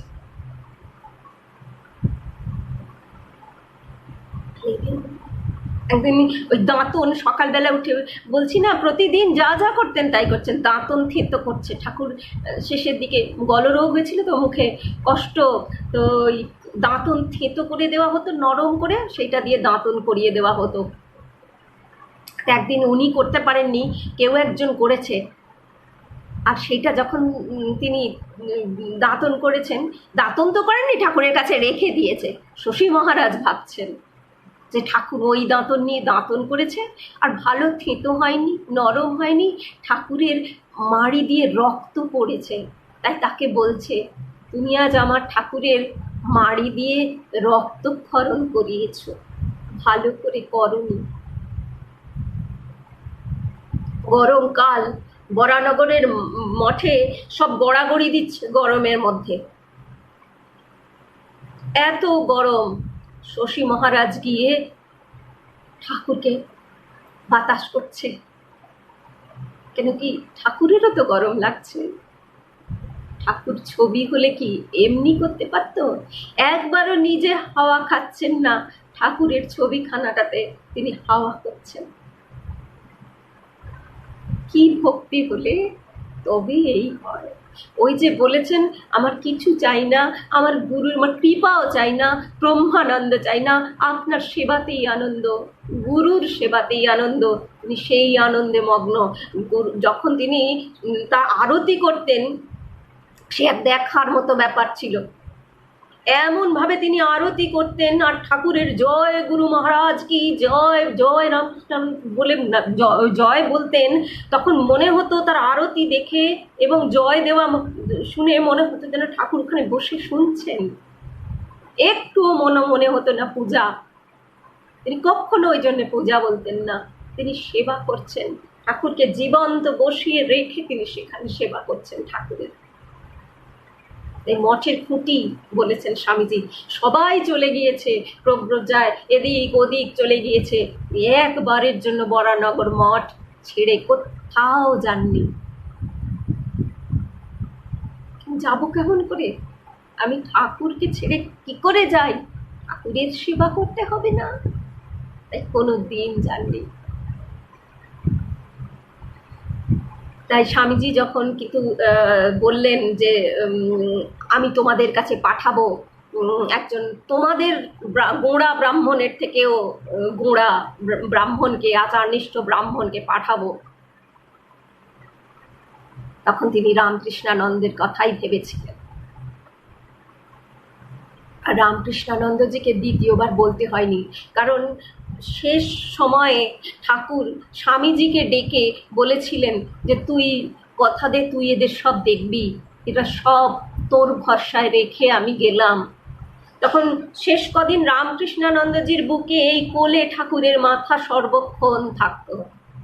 তাই গোপনে সকলের আড়ালে ডেকে তিনি স্বামীজিকে বলেছেন, এটা ধরেই নেওয়া যায় আড়ালে মানে সেখানে স্বামীজি ছিলেন, ঠাকুর ছিলেন, আর ঠাকুরের মাথা ছিল শশী মহারাজের কোলে। তাই তিনি শুনেছেন বারবার যে নরেন লিডার হবে কার মুখে? তার গুরুর মুখে। স্বয়ং ঠাকুর বলেছেন, তাই দ্বিরুক্তির তো প্রশ্নই নেই। তাই স্বামীজি বলেছেন, তিনি গিয়েছেন ম্যাড্রাসে। ওই যে আমাকে এক টুকরো জমি দাও ঠাকুর, তোমার সেবা করব, তোমার জন্য ফুল ফোটাবো। ঠাকুর জমি দিলেন। এই ম্যাড্রাসে তিনি স্থাপন করেছেন রামকৃষ্ণ মন্দির। এবং মানুষের শরীরে, মানুষের জীবনে ফুল ফোটাবার জন্য এতদিন তিনি ঠাকুরকে সেবা করেছেন। এবং শুধু তাই নয়, ঠাকুরের সন্তানদের সেবা করেছেন। ওই ঠাকুরের ভোগ হবে না, কিচ্ছু জুটছে না, তিনি ভিক্ষা করতে গিয়েছেন।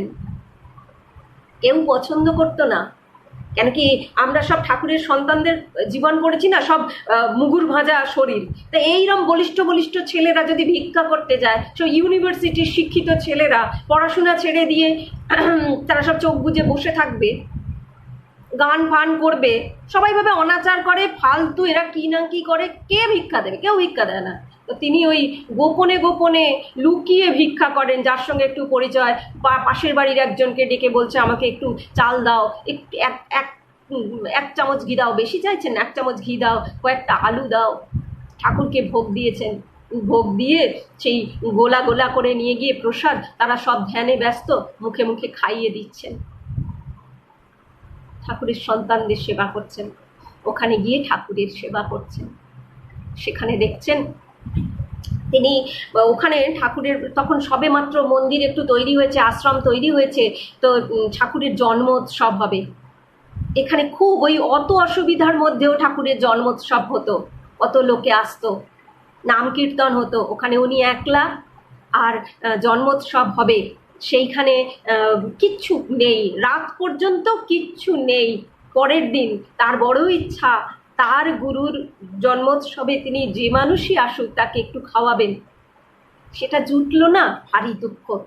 ঠাকুরের সঙ্গে সারা রাত পায়চারি করছে আর কথা বলছে, রেগে রেগে বলছে, অভিমান করে বলছে, তুমি কিচ্ছু জোটালে না, ঠিক আছে, কালকে আমি সমুদ্রের পাড় থেকে বালি নিয়ে আসবো, ওই বালি নিয়ে তোমাকে ভোগ দেবো, আর আমি নিজে প্রসাদ করে সেই বালি খাবো। যদি গলা দিয়ে বালি না ঢোকে, আমি আঙুল দিয়ে পেট পর্যন্ত ঢোকাবো।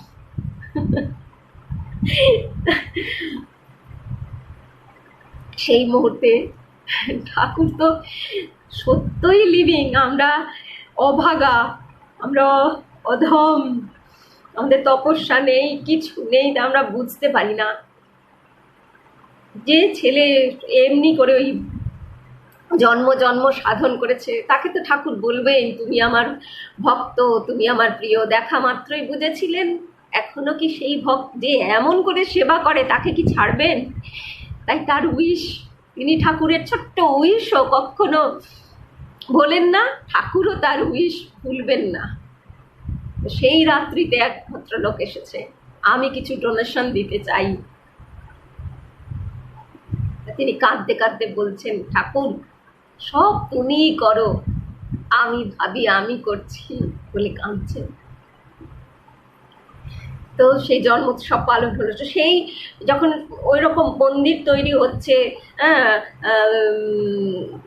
ঠাকুরের সেবা করার সমস্ত বন্দোবস্ত চলছে, আর ওদিকে তিনি সর্বত্র মানে স্বামীজির ফলোয়ার্স তো ওখানে ভীষণ, অনেক, মানে বাংলার থেকেও অনেক বেশি প্রবল উৎসাহ আড়ম্বর হয়েছিল স্বামীজিকে ঘিরে দক্ষিণ ভারতে। তো সেইখানে তিনি প্রায় 11টা ক্লাস নিতেন সপ্তাহে। কোথাও তিনি যোগভাষ্য বলছেন, কোথাও গীতা বলছেন, কোথাও ঠাকুরের কথা বলছেন, মানে যত রকমের ঠাকুরের ভাবকে প্রচার করা যায় কোনোটাতে না নেই, কারণ তার গুরুর সেবা হচ্ছে তাতে। তো সেইখানে তিনি করছেন। তো একটা ব্যাপার হচ্ছে, যারা স্বামীজিকে বলতে শোনে, স্বামীজিকে দেখে, তাদের অন্য কাউকে অ্যাকসেপ্ট করা সঙ্গে সঙ্গে একটু কঠিন হয়, এটা আমার মনে হয়। তো ওখানকার মানুষও ধীরে ধীরে আগ্রহটা হারিয়ে ফেলতে লাগলো আর কি। তো ক্লাসগুলো ধীরে ধীরে হল, যে অডিটোরিয়ামগুলো যেখানে বসে উনি ক্লাস নিতেন, সেগুলো ধীরে ধীরে সব শূন্য হয়ে যেতে লাগলো। কিন্তু সেখানকার যে কর্মচারী, তারা দেখে যে 1জন 2জন করে আর অডিয়েন্স নেই, কিন্তু মহারাজ ডেইলি আসেন, নির্দিষ্ট সময়ে আসেন, ঠাকুরকে প্রণাম জানান, বই খোলেন, 1 ঘন্টা বসে পাঠ করেন, আবার বই বন্ধ করে ঠাকুরকে প্রণাম করে তিনি আবার ফিরে যান। তিনি থাকতে পারেন যে কাকে শোনান মহারাজ, আপনি এসে, কেউ তো নেই। আচ্ছা, আমি তো কোনো মানুষকে শোনাই না, আমি তো ঠাকুরকে শোনাই এই পাঠ। লেসন, শিক্ষা, অদ্ভুত জীবনগুলো।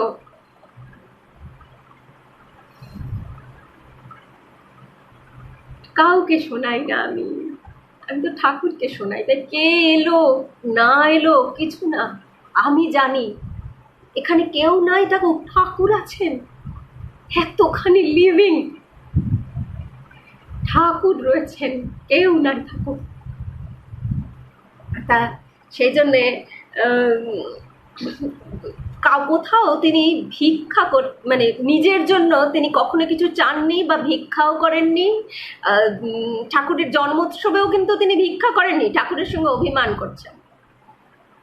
বরানগরের মঠে তখন তিনি ভোগ দেবার জন্য ঠাকুরকে খাওয়াবেন বলে, আর এখন নিজের উইশ ছিল যে আমি সকলকে খাওয়াবো, সেই জন্য তিনি ভিক্ষা করতে যাননি। তখন ঠাকুরকে ভোগ দেবেন তাই ভিক্ষা করতে গিয়েছিলেন, ঠাকুরের সন্তানদের মুখে দুটি দেবেন তাই জন্য ভিক্ষা করতে গিয়েছিলেন, নিজের জন্য নয়। একটু জমি চেয়েছেন, কেন কি ঠাকুরের মালা গাঁথা হবে, পুজো করা হবে, ফুল ফোটাবেন বলে, তাই তিনি ভিক্ষা করবেন না।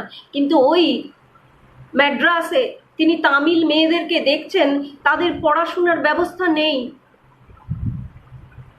এবং তারা ভীষণ দরিদ্র, তাদের ভালো স্কুলে যেতে দেওয়া হয় না, মানে চান্স পায় না, তাদের জন্য প্রাইমারি স্কুল তৈরি করার চেষ্টা করছেন।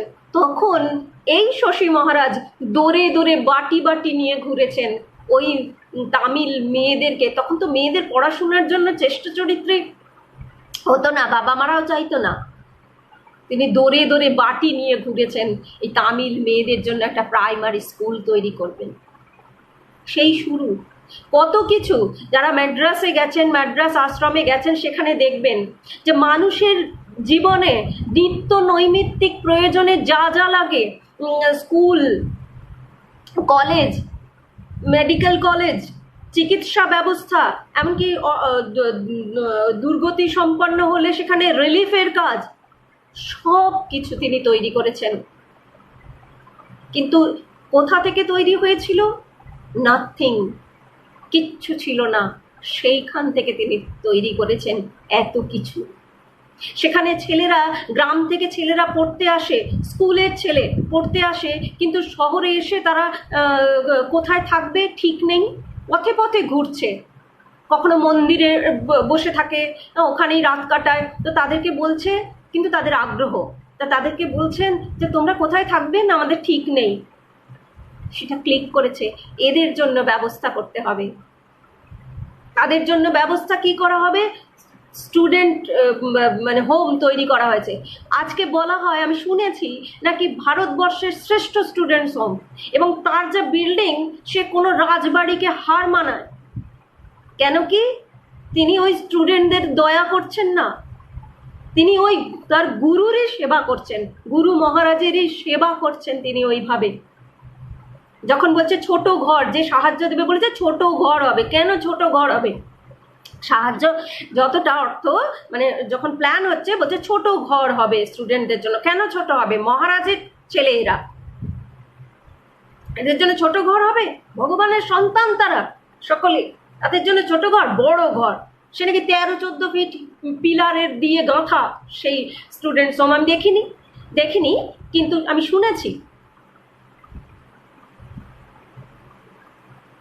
আর সেখানকার ছেলে যারা পড়াশোনা করে বেরোয়, তাদের ওই মধ্যে এই রকম চিন্তা থাকে না যে তারা অপরের দয়ায় তাদের জীবন শুরু হয়েছে।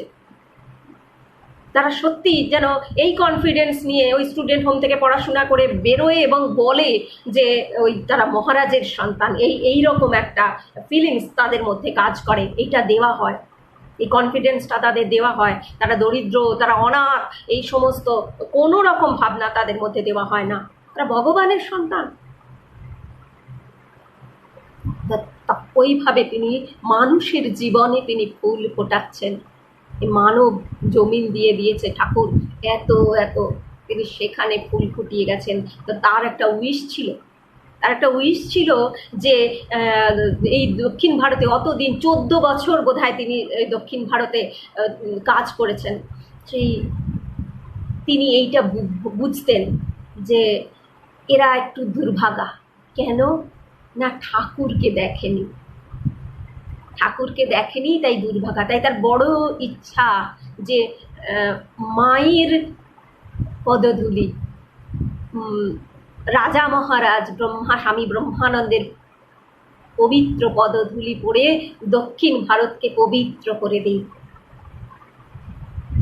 তাই তিনি মাকে লিখেছেন, রাজা মহারাজকে লিখেছেন আসার জন্য, মারা সম্মতি দিয়েছে, কিন্তু তিনি নিয়ে যেতে পারেননি বারবার সম্মতি দেওয়া সত্ত্বেও, কারণ টাকার অভাব, টাকা নেই।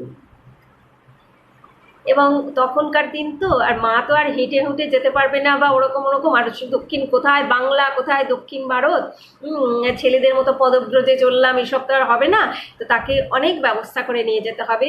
রামকৃষ্ণানন্দজি হিসাব করছেন, দেখলেন 14,000 টাকা লাগবে। আর মা তো একা যাবেন না, মায়ের সঙ্গে তো আরো লোক লস্কর যাবে না, তাদের সব থাকা খাওয়া ব্যবস্থা বিবিধ রকম, 14,000 টাকা লাগবে। তখনকার 14,000 মানে এখন লাখ লাখ টাকার ব্যাপার বলে আমার মনে হয়। কোথায় পাবে? তো কিন্তু তার খুব ইচ্ছা যে দক্ষিণ ভারতের মানুষেরা মায়ের আশীর্বাদ পাক, তাদের অন্তত একটা সৌভাগ্য হোক, মা এসে দক্ষিণ ভারতকে পবিত্র করে দিক। যখন এরকম ভাবছেন তখন ওই ঠাকুরকেই ওই বলছেন যে এদের জন্য কিছু যদি করা, তো ঠাকুর ব্যবস্থা করে দিয়েছে। ভগবান ভগবান কৃপা সিন্ধু, কৃপা সিন্ধু, অহেতুক কৃপা সিন্ধুই তো বলা হয়। আর এ তো তার সন্তান, তার সাক্ষাৎ সন্তান, জন্ম জন্ম ধরে তপস্যা করছে। তো এক ভদ্রলোক তার মেয়ের বিয়ে দেবার, দুটো মেয়ের বিয়ে দেবার জন্য তিনি 14,000 টাকা জোগাড় করেছিলেন। তার মেয়ে দুটো রিফিউজ করেছে, তারা বিয়ে করবে না। তখন তিনি কি করবেন? 14,000 টাকা এসে মহারাজ, তিনি কিন্তু জানেন না যে এই মা আসার ব্যাপার আছে, এখানে টাকার অভাব হয়েছে, 14,000 টাকাই লাগবে, এসব কিচ্ছু জানেন না। তিনি এসে দিচ্ছেন যে আমার মেয়েরা বিয়ে করবে না বলেছে, তা আমি এই টাকা পয়সা জোগাড় করেছিলাম, কি আর করব, আমি মন্দিরে দিচ্ছি। মা এলেন, রাজা মহারাজ এলেন, তো মায়ের জন্য 108টা স্বর্ণপত্রের ব্যবস্থা করেছিল রামকৃষ্ণানন্দজি। মা রামেশ্বর মন্দিরে সে পূজা দিয়েছিলেন। যাই হোক, তো ওইখানে একটা আশ্চর্য ঘটনা ঘটেছিল, এই প্রসঙ্গে বলি যে জানেন নিশ্চয়ই একটি ম্যাড্রাসি ছেলেকে মা দীক্ষা দিচ্ছে। সে ম্যাড্রাসি ছেলে যে কখনো তার খুব ইচ্ছা যে মা তাকে দীক্ষা দিক। তারা শুনেছে তো যে ভগবান, সেখানকার কাগজে সব ফলাও করে বেরিয়েছিল যে ভগবান শ্রীরামকৃষ্ণের লীলা সঙ্গিনী, তার স্ত্রী এই দক্ষিণ ভারত পবিত্র করতে আসছেন। তো খুব সম্মান করে লেখা হয়েছিল, সবাই খুব সম্মান করেছিল। তো উইশ ছিল ওই ছেলেটির যে মা তাকে স্বয়ং দীক্ষা দিক। মা রাজি হয়েছেন। এখন সমস্যাটা হচ্ছে যে ছেলেটি তামিল মানে ম্যাড্রাসি ভাষা ছাড়া আর কোনো ভাষা জানে না, মা অবশ্যই বাংলা ছাড়া আর কোনো ভাষা জানে না। এবার মন্ত্র দেওয়া, কীভাবে ধ্যান জপ হবে, এগুলো তো বুঝিয়ে দিতে হবে। এবং খুব আশ্চর্যভাবে দেখা গেল যে মা পরিষ্কার বাংলাতে যা কিছু করবার সেটা বলে গেলেন। আর সেই ছেলেটি তার যা যা জানবার ইচ্ছা সেগুলো একদম পরিষ্কার দক্ষিণ ভারতীয় ভাষায় মাকে জিজ্ঞাসা করলো। তারপর যখন দুজনে বেরিয়ে এলো, তখন ছেলেটি বলল, আমার যা জিজ্ঞাসা আমি সব উত্তর পেয়ে গেছি। সবাই বলছে কিভাবে উত্তর পেলে? তা বলতে পারবো না, উত্তর পেয়েছি। মাকে যখন প্রশ্ন করা হলো, মা এমন অলৌকিক কি করে ঘটলো, তুমি তো ওর ভাষা জানো না, ও তোমার ভাষা জানে না, তুমি কেমন করে ওর প্রশ্নের সব উত্তর দিলে? মা বললে, যে মা ছেলের জিজ্ঞাসার উত্তর দিতে পারে না সে আবার কেমন মা? যিনি বিশ্ব ব্রহ্মাণ্ডের মা, একটা ভাষা কি আড়াল করতে পারে সন্তানের সঙ্গে? মায়ের করতে পারে। তো এই হয়েছিল। তারপর মা ফিরে এলেন, ব্রহ্মানন্দ মহারাজ গিয়েছিলেন। এই যে লাস্ট তার একটা ইচ্ছা ছিল দক্ষিণ ভারতের সন্তানদের সৌভাগ্য এনে দেবার। এই এনে দেবার পর তিনি মনে করলেন তার কাজ শেষ। বললেন, আমার কাজ শেষ। আর সত্যি শেষ। কলকাতায় ফিরলেন, গুরুতর অসুখে পড়লেন, আর ফিরে গেলেন না। ওই মা তখন জয়রামবাটিতে। আর শেষ সময়ে দুদিন আগে তার খুব ইচ্ছা যে মা কে দেখবেন তিনি। মাকে আনা সম্ভব হলো না। আর একটা জিনিস দেখি আর কি, ঠাকুরের সব সন্তানরা ঠাকুরকে দেখে আকর্ষিত হয়ে ঠাকুরের সন্তান হয়ে গিয়েছে, কিন্তু যখন সব এই পৃথিবী ছেড়ে চলে যাচ্ছে তখন তারা এমনভাবে মায়ের সন্তান, তারা তখন নহবতে মা থাকে, তারা মাকে দেখেনি পর্যন্ত, মায়ের সেবাটুকু পেয়েছে, কেউ কেউ খাবার পাঠিয়েছে নানান রকম, কিন্তু মাকে তারা চেনে না, জানে না। শ্যামপুকুর বাটিতেও একটু একটু দেখা, আর কিছু না, একমাত্র লাটু ছাড়া কেউ মাকে সেভাবে দেখে না। কিন্তু আগের বারে আমি নিরঞ্জনা, গত সপ্তাহে বললাম নিরঞ্জনানন্দজির কথা, শেষ সময়তে তখন এই এত দিনে সকলে মায়ের সন্তান, অথচ কেমন করে কতটুকু কথা হতো ভায়া হয়ে, মায়ের মুখ থেকে কথা বেরোতো না, এই ঘুমটার মধ্যে থাকতো, কিন্তু সবাই মা মা করছেন। এখন মহারাজ, শশী মহারাজও মা মা করছে। আর একদিন দেখছেন কি সেবককে বলছে, আসন পেতে দাও, মা এসেছে, আসন পেতে দাও, ঠাকুর এসেছে। সবাই এমন করে বলছেন, উপস্থিত সেবকরা সব বোধ করছে সত্য সত্য বোধহয় মা এখানে দাঁড়িয়ে আছে, ঠাকুর এখানে দাঁড়িয়ে আছে, স্বামীজি এখানে দাঁড়িয়ে আছে। আবার যখন চলে গেলেন বললেন তারা চলে গিয়েছে। শেষ সময় হিন্দু ধর্মে যেরকম বলা হয় যে তুলসী মুখে দিতে, তারপরে এই সমস্ত গঙ্গা জল মুখে দিতে, তুলসী দেখতে, এইসব বলা হয়। তো ওই রিচুয়ালগুলো, তো ডাক্তারবাবু এসেছে, তিনি বুঝেছেন যে আর নেই সময়, চলে যাচ্ছেন, তখন বলছে যে ভীষণ অসুস্থ, ভীষণ অসুস্থ।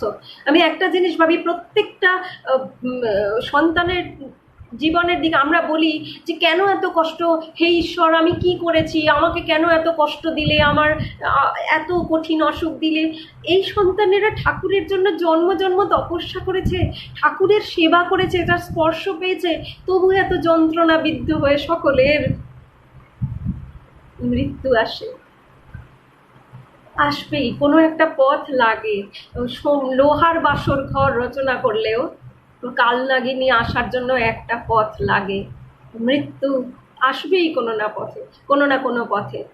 তো ও একটা সত্য, এমন সত্য, ওটা অ্যাকসেপ্ট করে নেওয়াই সব সময় জীবনের আগে থেকে ভালো, আর সেটা করলে বেশি ইন্সপিরেশন পাওয়া যায় কাজের। তাই জন্যে স্বামীজি বলে যে সবসময় মৃত্যু চিন্তা করবে, মৃত্যুকে ভয় করবে না। মৃত্যুর কথা শুনলে বলে বলো না, বলো না, কেন বলবে না মৃত্যুর কথা? মৃত্যু এখনই আসতে পারে, আমার করা হলো না, আমায় করতে হবে, এই হরি, এই তাড়নাটা আমাকে দিয়ে করাবে। ঠাকুরের পদপদ্ম পাওয়া হলো না আমার, এই ব্যর্থতা বোধ আমাকে ঠাকুরের দিকে এগিয়ে দেবে। তাই ব্যর্থতাও কিন্তু একটা সোপান, খারাপ নয়। যদি বোধ থাকে যে ব্যর্থতা বোধ, যে আমার পাওয়া হলো না, তবে ঠাকুরের দিকে এগোনো শুরু হবে। তো এই প্রচণ্ড অসুস্থ, তখন বলছে যে ডাক্তারবাবু আপনি দেখতে পাচ্ছেন মহারাজ, আপনি তুলসী দেখতে পাচ্ছেন, আপনি সকল কিছু দেখতে পাচ্ছেন? মরার সময় যেগুলি দেখে, মহারাজ বলছেন ওই অবস্থাতে অসুস্থ শরীরে তেজ প্রকাশ করে বলছেন, কেন দেখবো আমি ওসব তুলসী ফুলসী, আমি তো মাকে দেখছি, আমি তো ঠাকুরকে দেখছি, আমি স্বামীজিকে দেখছি, আমি দক্ষিণেশ্বর দেখতে পাচ্ছি, আমি তুলসী কেন দেখবো? চিরকাল তারা লিভিং, চিরকাল তার জীবন্ত, তারা তার হৃদয় এতটুকু আড়াল পড়েনি।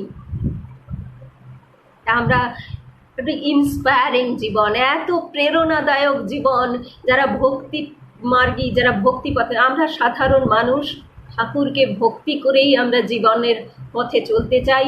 আমরা মৃত্যুর পরেও আমরা ঠাকুরকে ভক্তি ওইটুকু অবলম্বন করেই আবার হয়তো পরের জীবনের দিকে এগিয়ে চলব। তাই এই রকম দাস, মানে দাসেরও দাস হয়ে সেবা, এই রামকৃষ্ণানন্দজিকে দেখলে বোঝা যায়। দাসানুদাস স্বামীজি বলেছেন। রামকৃষ্ণানন্দজিকে দেখলে যেন মনে হয় যে হ্যাঁ, চাকর হলে অমনি চাকর হব, অফিসার হবার দরকার নেই, বস হবার দরকার নেই, এই চাকর হলে জীবন উতরে যাবে। কার চাকর? ভগবানের দাসের দাস যদি হতে পারি, তবে আমার জীবন উতরে যাবে, আমি তার পাদপদ্মে ঠিক পৌঁছাতে পারবো। এমন ইন্সপায়ারিং লাইফ। এরকম আমি একটা কথা দিয়ে শেষ করব, অনেক সময় হয়ে গিয়েছে, একটা কথা দিয়ে শেষ করব। কতখানি জীবন্ত বর্ষাকাল এই বরানগর মঠে। না, তার আগে আমি আর একটা কথা বলে নিই, না বললে আমার খুব খারাপ লাগবে, তাই বলছি। আলমবাজার মঠের কথা। একদিন হয়েছে কি, ওই ঠাকুর যা ভালোবাসে তাই তো তিনি করতেন। একদিন হয়েছে কি, তিনি লুচি বানিয়েছেন, চেয়ে চিনতে এনে লুচি বানিয়েছেন। তো ঠাকুর লুচি খেতে খুব ভালোবাসতেন। তখন লুচি ভেজেছেন আর ভোগ দিতে যাচ্ছেন, স্বামীজি বসেছিলেন। স্বামীজি বলছেন, এই শশী, দে লুচি খাই। বলছে, দাঁড়াও, আগে ভোগ দিয়ে নি, তারপর দেবো। বলছে, ধর, ভোগ দেওয়া তো ঠাকুর করেছে কি রে, আমরা খিদার পেটে এখানে বসে আছি আর তুই ফটকে এই ভোগ চড়াতে যাচ্ছিস। আমরা তো সব ঘরে ভালো মন্দ খাচ্ছিলাম, ভালোই তো ছিলাম। ওর জন্য তো আমাদের আজকে এই দুরবস্থা, আমরা খেতে পাচ্ছি না, ভিখারির মতো জীবন কাটাচ্ছি। আজ তুই যদি লুচি না দিবি এক্ষুনি আর ওখানে ভোগ দিবি, তো আমি এক্ষুনি তোর ওই ঠাকুরকে আমি ছুঁড়ে ফেলে দেবো, অমন ঠাকুর আমার দরকার নেই। শশী মহারাজ তো হতভম্ব হয়ে গেছে। স্বামীজি বলে কি, লাটু মহারাজ ওখানে উপস্থিত ছিলেন। তিনি বলছেন, আরে নরেন, তুমি অমন করো কেন, বসো না। লরেন ভাই বলতো, বসো না, এক্ষুনি ভোগ দিয়েই প্রসাদ দেবে তোমাকে। তখন বলছে, তুই চুপ কর বেটা, তুই কি বুঝিস? আর ওই রকম কিসের ঠাকুর যে আমাদেরকে সব ভিখারি বানিয়ে নিজে বসে বসে লুচি খাবে?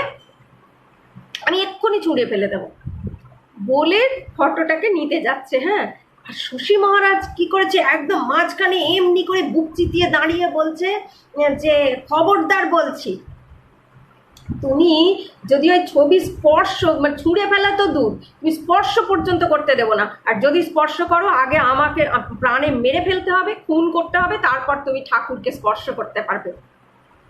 ছবি না, ঠাকুরকে স্পর্শ করতে পারবে।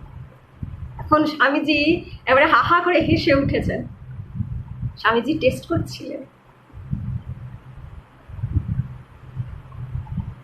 স্বামীজি টেস্ট করছিলেন, তাই বললেন যে, তোর মতন ভক্তি এইরকম দেখা যায় না। তো এবার যেটা বলছিলাম যে এতখানি জীবন্ত তার কাছে, ওই বৃষ্টি পড়ছে আর ঠাকুরের ছবি রাখা আছে, রাত্রির হয়েছে, রাত্রেবেলা সবাই ঘুমোচ্ছে, বৃষ্টি পড়ার শব্দে উঠে পড়েছে শশী মহারাজ, দৌড়ে গেছে। ঠাকুর ভিজে যাচ্ছে, সে ভাঙা ফাটা ঘর বরানগরে, ছাতা খাটিয়েছে, সারা রাত ঠায় দাঁড়িয়ে আছে ছাতা মাথায় দিয়ে, ঠাকুরের মাথায় ছাতা ধরে। ঠাকুর তো ছবি নয়। ঠাকুর যদি ছবি হতো, ওই ছবিকে ওখান থেকে আমরা আপনি হলে সেই করতাম, ওই ছবি সরিয়ে যেখানটায় বৃষ্টি পড়ছে না সেখানটায় রাখতাম। কমন সেন্স তাই বলে, আনকমন সেন্সও তাই বলবে। একমাত্র যদি এই সেন্স থাকে, এ ছবি নয়, এ আমার ঠাকুর বসে রয়েছেন স্বয়ং, তবেই এই কথা ভাবতে পারে, তবেই এই কাজ করতে পারে। ঠায় ছাতা নিয়ে ঠাকুরের উপরে ধরে দাঁড়িয়ে রয়েছেন। যখন বৃষ্টি কমেছে, তখন সকাল হয়ে গেছে, তখন ছাতাটাকে গুটিয়ে রেখে ঠাকুরের ছবিতে 2-1 ফোঁটা যে বৃষ্টি পড়েছিল, ছবিতে নয় দেহে যত্ন করে সেটি মুছছেন। এরকম আর কোথায় দেখা যাবে? এই আমাদের একটা জিনিস শিক্ষা দেয় খুব, ডেডিকেশন, এই নিষ্ঠা, এই গুরুর প্রতি নিষ্ঠা, ভক্তি। আর একটা হচ্ছে যে ভালোবাসার সঙ্গে তার সেবা করা, আর সেবা করাতে আনন্দ। শুধু কর্তব্য কর্মে সকাল সন্ধ্যা 2 বার বসা নয়, নাম করব সারাক্ষণ আনন্দের সঙ্গে। কেন কি? তাকে ভালোবাসি বলে, তাকে বই বুঝি না বলে। তবে হবে। তো শশী মহারাজের এই জীবন আমাদের সকলকে প্রেরণা দিক আমরা সকলে তার পথ অনুযায়ী ঠাকুরের অনুধ্যান করি, ঠাকুরের ভক্ত হয়ে উঠি। ঠাকুর সকলের মঙ্গল করুন। এই পর্যন্তই, নমস্কার, রাখি।